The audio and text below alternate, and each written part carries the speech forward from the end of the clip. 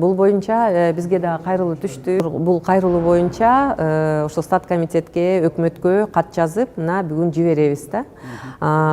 Бул дагы аябай эле мындай ошондой нерсени мен окуп алып, аябай мындай ичимен мындай жиним деле келди да.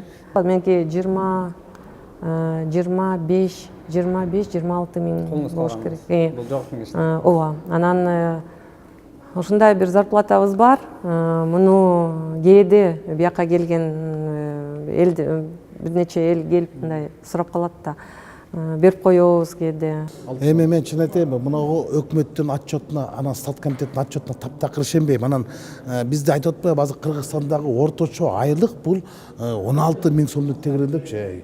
Жок да, эң жогорку айлык 16 миң сом десе, мен ишенем. Анан бүгүнкү күндө ошол жанагы статтар берип атпайбы, ошо 4 миң сомго жашаса болот депчи. Bir ayda. Bu mындайча бөлгөндө 120-130 сомдун тегерегинде да МВДда иттерди багышат, кинологический службагачы. Ошолго күнүгө 100 сомдон бөлүнөт. Мына ошо иттер жашаса болот, а бирок адамдар жашашы кыйын болот.